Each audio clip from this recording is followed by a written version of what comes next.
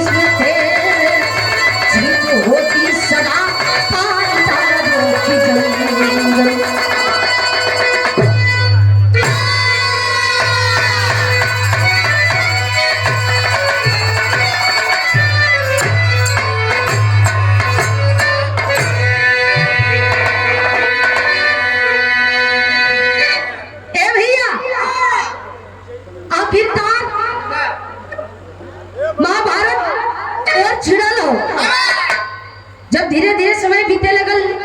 एक दिन, दो दिन, तीन दिन, चार दिन जब बीतल, युधिष्ठिर के मन में एक बात की शंका हो गई। कौन बात की शंका हो गई कि आखिरकार कुरुक्षेत्र के मैदान में हर रोज हजारों लाश बिछेला, क्या खून की नदी बहे के चाहिए? आखिरकार उलसिया होला का, उठवा होला का। तंजी शांति रह भैया, कहने से भी बड़ा शोरगुल आप लोग करत हैं। विराम एक लाइन गजल का नमूना हकीकत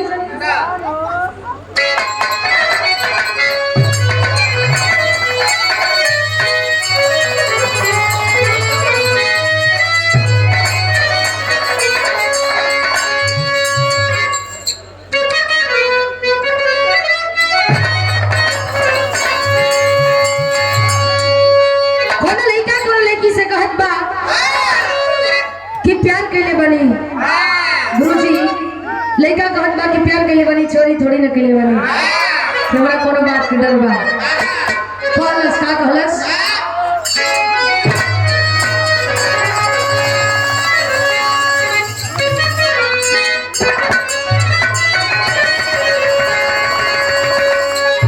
हो जब प्यार किया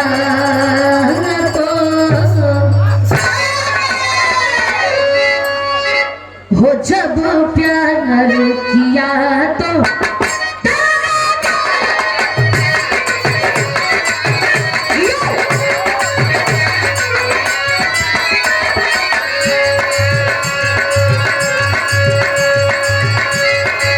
प्यार किया है कोई चोरी नहीं की।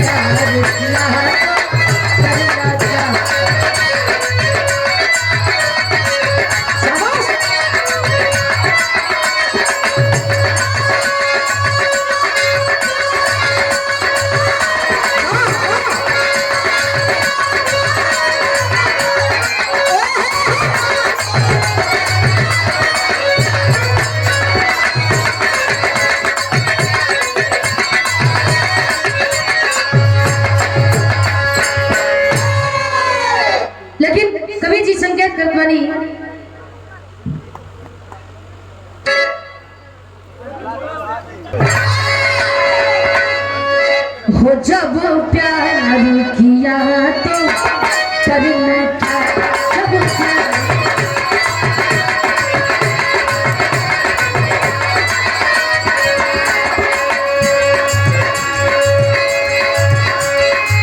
प्यार किया है कोई चोरी नहीं की,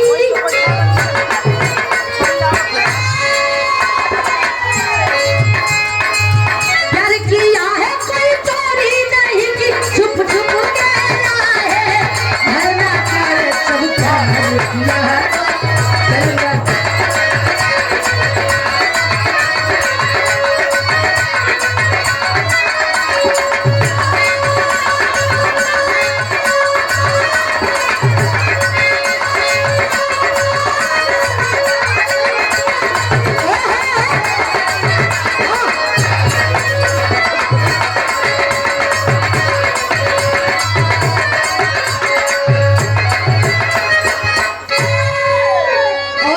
गार्जियन जी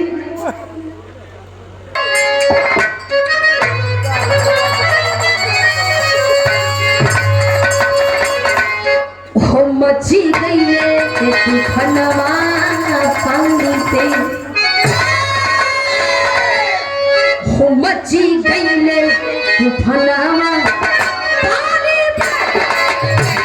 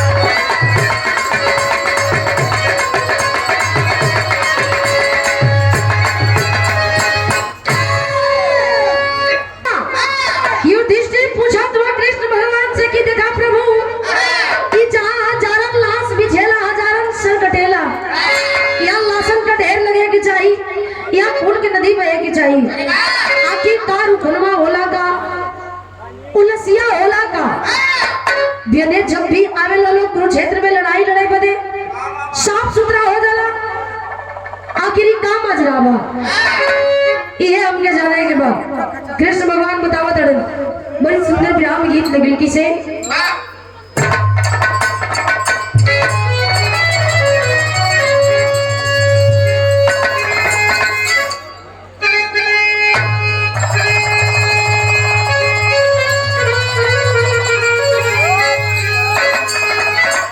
निर्गुणी भाव कैसे हो ऐसन राजे वाला विधान के,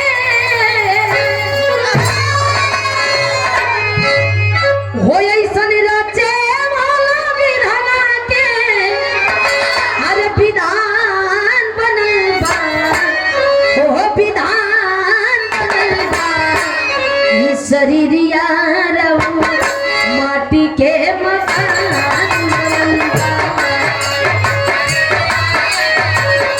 माटी के मकान बनल बा।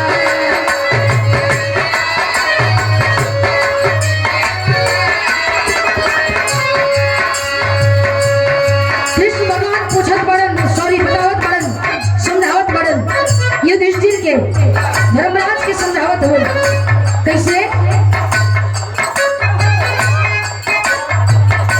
हो पहिले होके दालाई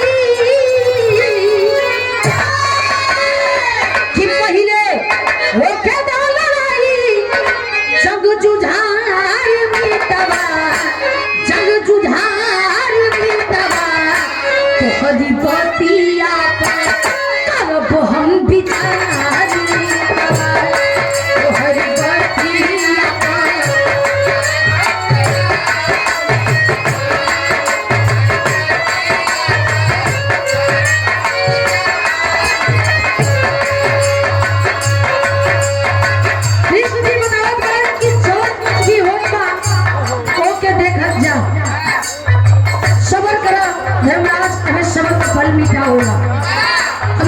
देखो का होत बा, जाने की कोशिश मत करा ज्यादा।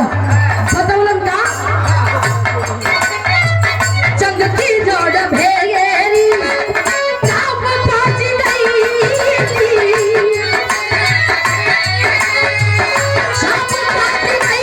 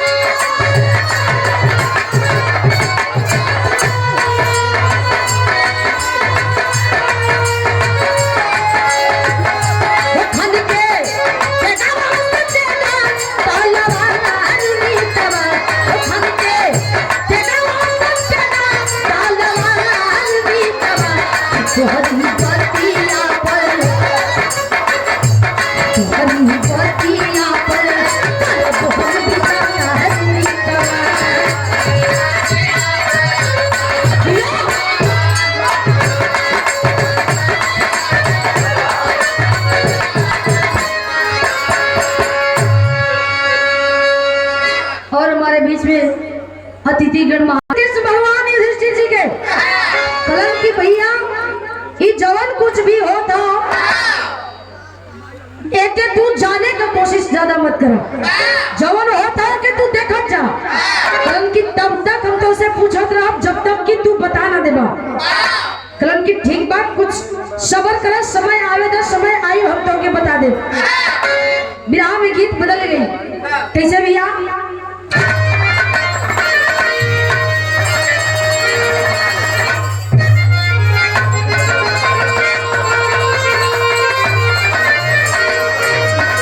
मंच पे कवि जी बैठे हैं, सम्मानित कवि जी प्यारे लाल यादव जी, जिनकी लेखनी, जिनकी लिखी हुई गीत भोजपुरी इंडस्ट्री में लोग आज गा रहे हैं, लेकिन उसको नया बना करके गा रहे हैं, बोल रहे हैं कि ये नया है, लेकिन नहीं, सब चीज विरह का है। ऐसे ऐसे महान कवि जी का, गुरुओं का इस विरह के लिए, भोजपुरी के लिए बहुत बड़ा समर्पण है, योगदान है। कोनो भौजाई अपने देवर से बतावत बड़ी कहली का कहली,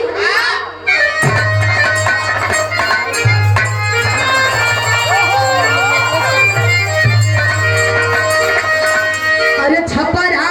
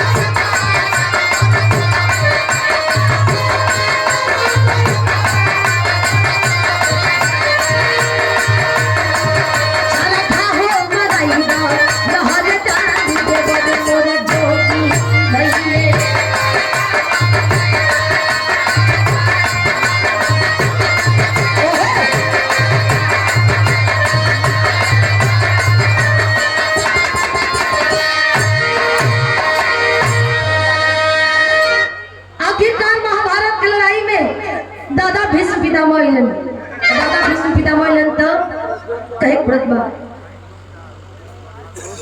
कहे प्रतका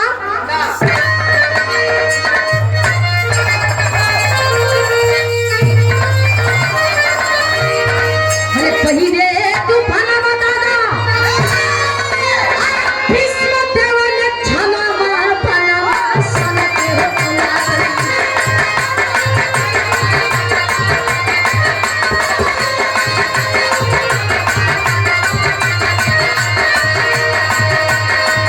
भीष्म देवन क्षमा मार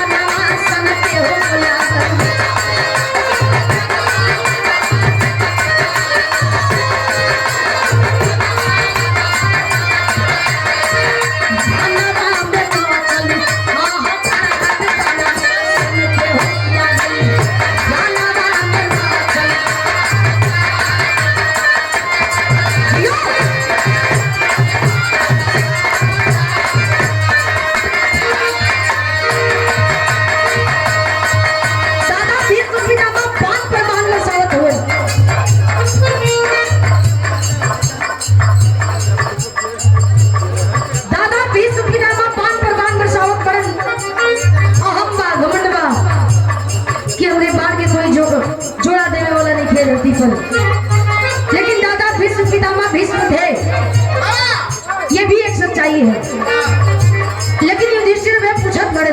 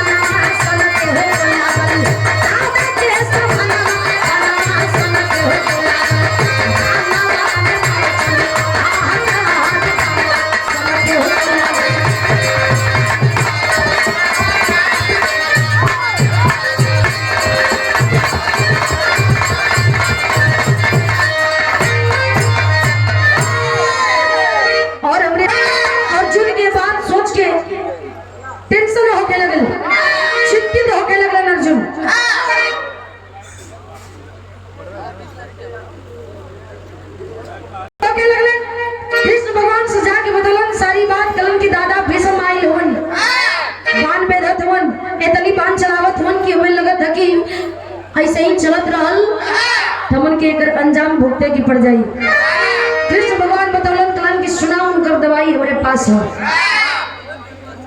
पिछले जन्म में जो नंबा काशी रहल दादा भीष्म पितामह से बेपनाह मोहब्बत करत रहल और ओकरे प्यार के इजहार ना कइलन, कबूल ना कइलन, उनके प्यार के सम्मान ना देहलन। कोई घड़ी अम्बा काशी कालीन की देखा कहीं ना कहीं हमारे चलते मारल जीवा ये जन्म में शिखंडी का रूप ले ले हम। और दादा भीष्म पितामह का एक प्रतिज्ञा भी हो कि उनके सामने कोनो नारी या कोनो हिजड़ा आ गई है तब बांध ना चली है, बांध धरातल पर रख दिया। तू जाको ही शिखंडी के रथ के साथ ही बना के लिया हुआ। आज चल तो गीत बदल गई, कौन की तभी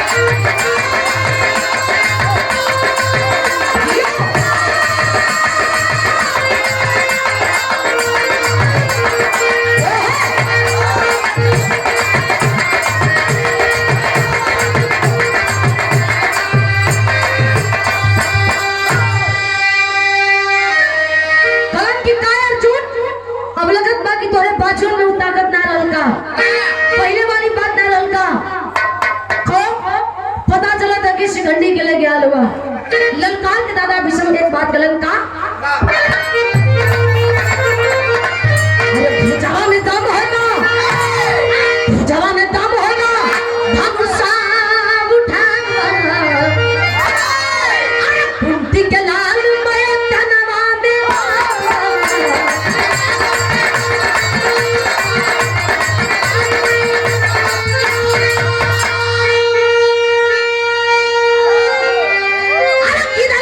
छोड़ के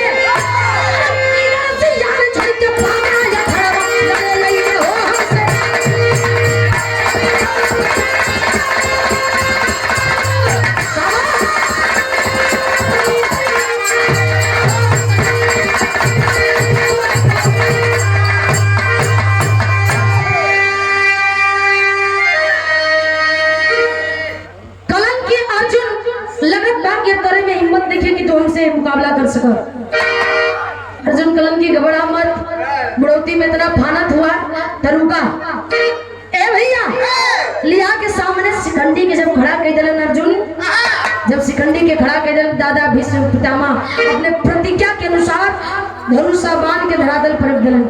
जब धरातल पर रख दिलन अर्जुन कृष्ण भगवान के ओर तकलन। कृष्ण भगवान कलन की चावा अर्जुन बांध कलन की कैसे बांध चलाई उतनी हत्था मारन कलन के नी हत्था मारन तबे मौका बा एकरी बात फिर मौका ना मिली चलावन। दादा भीष्म जैसे ही धरातल पर रखलन धनुषा बांध अर्जुन बाण बेधे लगलन। बाण बेधत बेधत अतनी बाण मरलन कि दादा भीष्म पितामह तीर के सैया पर टंगा के करात मारन। लेकिन दादा भीष्म चाहतन तब तुरंत मर जीतन, उनके इच्छा मृत्यु रहल। वो जब चाहतन तब मर जीतन, लेकिन वो देखल चाहत रहलन कि आखिरकार महाभारत की लड़ाई के करे पक्ष में जाता। ए भैया आखिरकार दादा भीष्म भी करात पड़न करण कुरपत आपस में बात करत हुन कलन की भैया देखा अगर लड़ाई के बलबूता हमन के कंधे पे आ गइल बा, अगर हमन के ना लड़ल जाई तब फिर हमन के जेले में धिक्कार, हमने के जवानी में धिक्कार बा। करण आप कुरपत लड़लन 1.5 दिन तक वो लोगन का काम खत्म। आज जब काम वो लोगन का खत्म भइल तब विराह में चोलरिया लग गई। किसे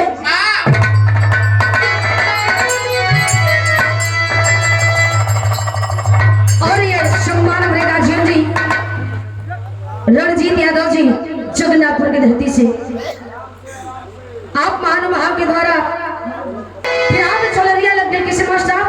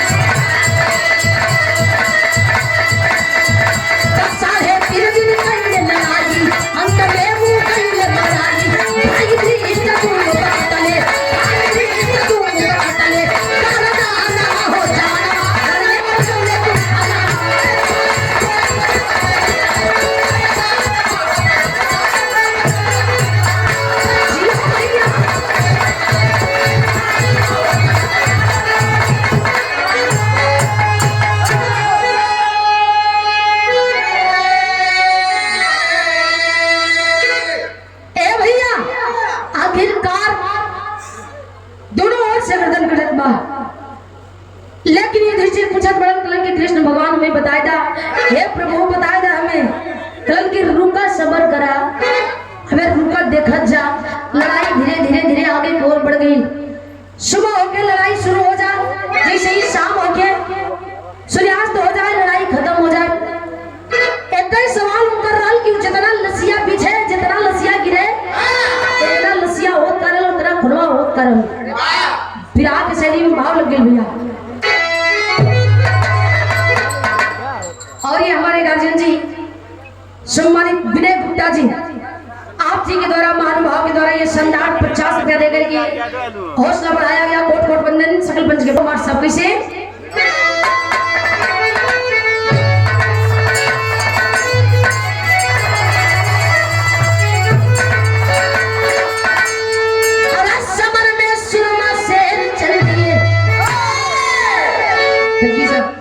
पड़ जा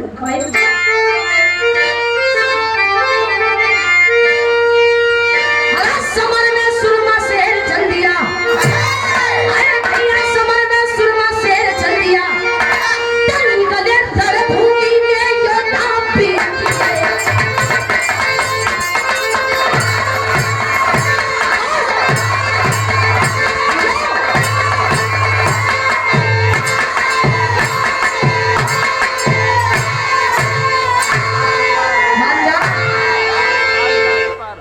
मान जा वो बेचारा तो चौथे पटन फाट गई तब तो हाथ जरिए से कटाई का काट ले बा नहीं कटाई रोज ढोलक फाट। अच्छा इसे फरियाद बा हम कहीं कि उनका कुछ और काट ले बा हां ऐसे मत बक्सावन बुला समर में सुरमा शेर चल दिया, निकले रणभूमि में योद्धा वीर दिले। कहत बड़न युधिष्ठिर हमारी लड़ाई है अंतिम चरण में, हमारी लड़ाई है अंतिम चरण में, बचे महाभारत में है दोनों भाई, बचा है नहीं कोई योद्धा समर में, देख लेंगे दोनों का हम बल वीरताई। पिता 16 दिन लड़ते लड़ते कन्हैया, पिता 16 दिन लड़ते लड़ते कन्हैया, का करिश्मा दिखाना पड़ेगा। एक शंका है भारी मेरे दिल के अंदर, तुझे मुरली वाले बताना पड़ेगा। कलन की शंका भारी बामरा के, सब चीज के उपाय हो जला, दवाई हो जला, कोनो रोग के, लेकिन शंका के दवाई ना होला। बनबे ना कोई बना हमरा लगा तक कह के बनवाए के पड़ी ना।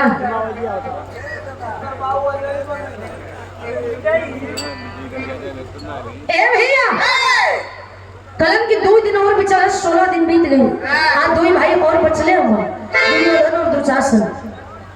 अब तो बता दे प्रभु कलन किल्ला सुना नामन बतावत हो पपट में भाव लगी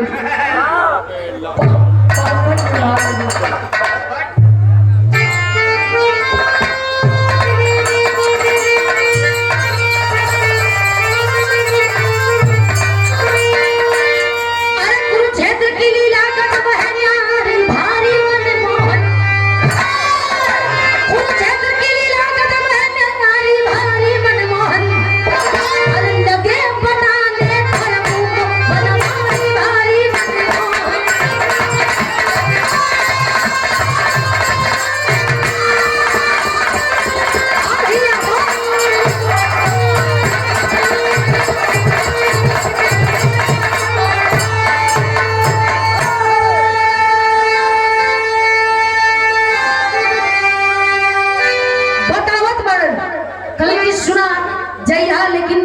डरिया मत, एगो काम करा बताओ कैसे। अरे काल कराल बिकराल रूप धई, अरे आगती है कयवर पिया हो, अथाव जाती है सब के लाश को, अरे आके आधी रतिया हो, तब है के चरण चाहिए हमारे पुजारी भारी मनमोहन, अरे मंगी हम के तू मतारी भारी मनमोहन। कलन की सुना जइहा वही कुरुक्षेत्र के मैदान में जाके देखिया, बैठ के छिप जइहा, छिप के देखिया। घड़ी में जब 12 बजी काली करूं धर करके एक औरत आएगी, वही औरत सारा खून को पी जाएगी, सारा लाश को खा जाएगी, और देखिए तो जाके चरनिया में गिर के माफी मांग लिया। कलन की ठीक बा बतौला के अनुसार युधिष्ठिर जी चल दलन, जब चल दलन ताला में बतावे पड़ता का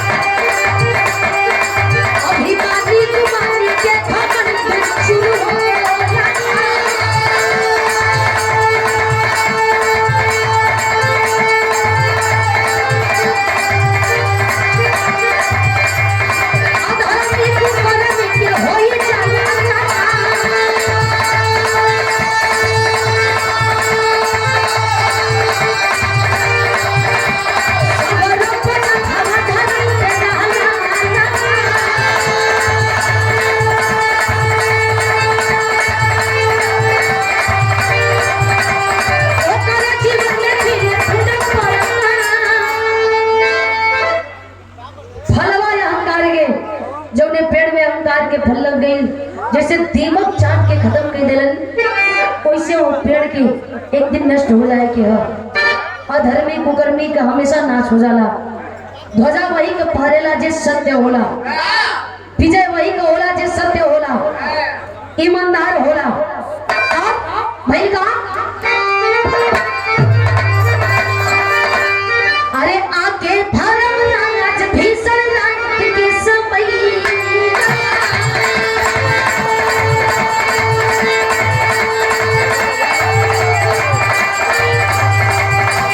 जाई के चलिए गिरले भाई के हुला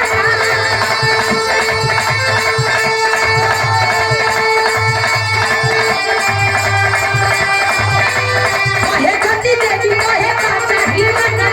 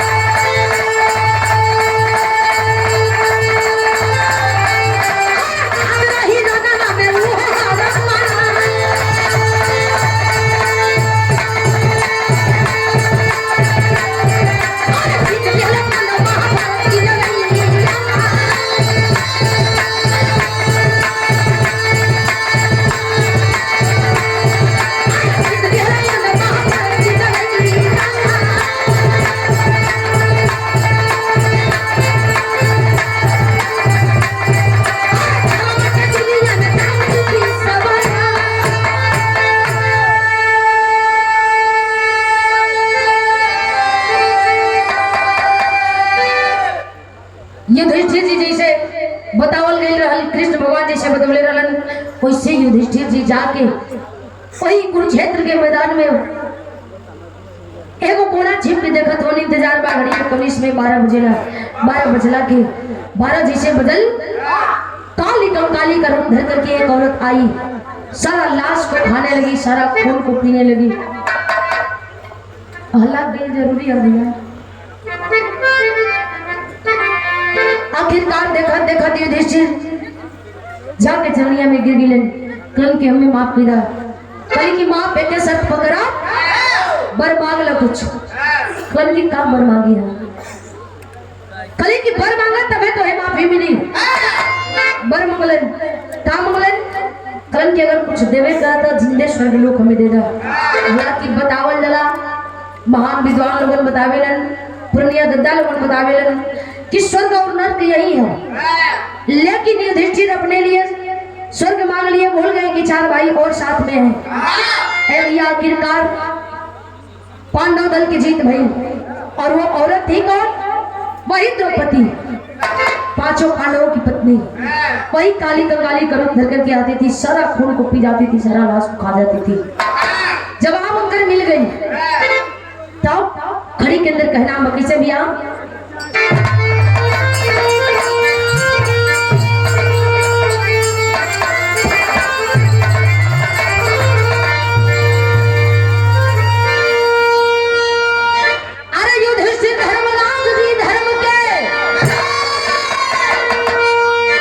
बड़ा लग गया।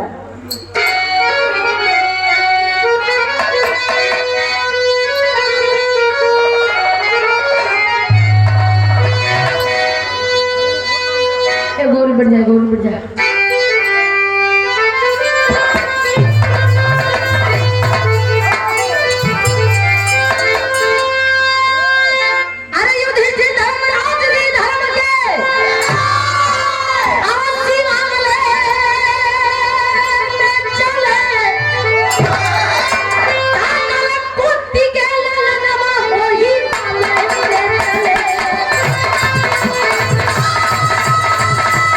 Yeah.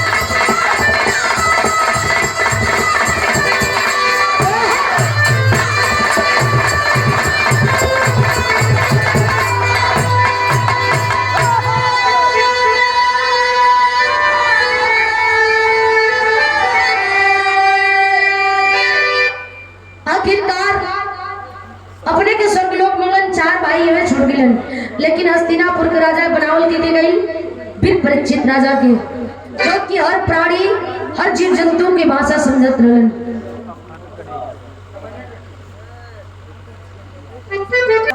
कहे पड़ता का अरे जाके द्रौपदी के संग में कली गई ले चार भाई, अरे धर्मराज जी धर्म में चल दे स्वर्ग में गई ले आई, दाताई गीत देकर जहां हो हिमालय में चले, ताकल कुंती के ललनमा हो हिमालय।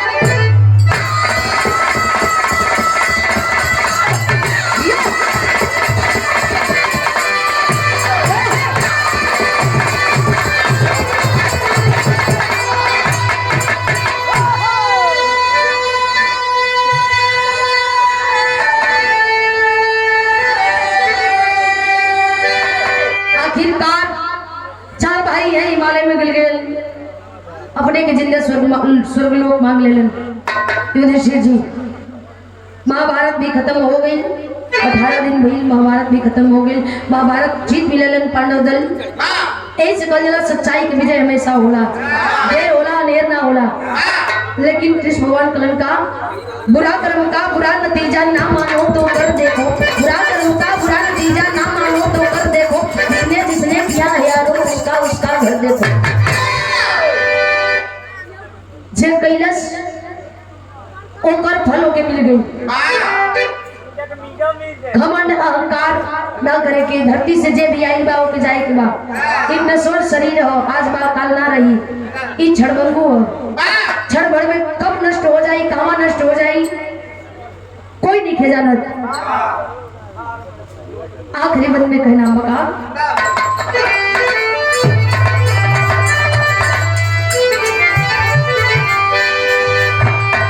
हरे पत्तू थे बरका से बुल्लू सुपने दिन उड़ गए।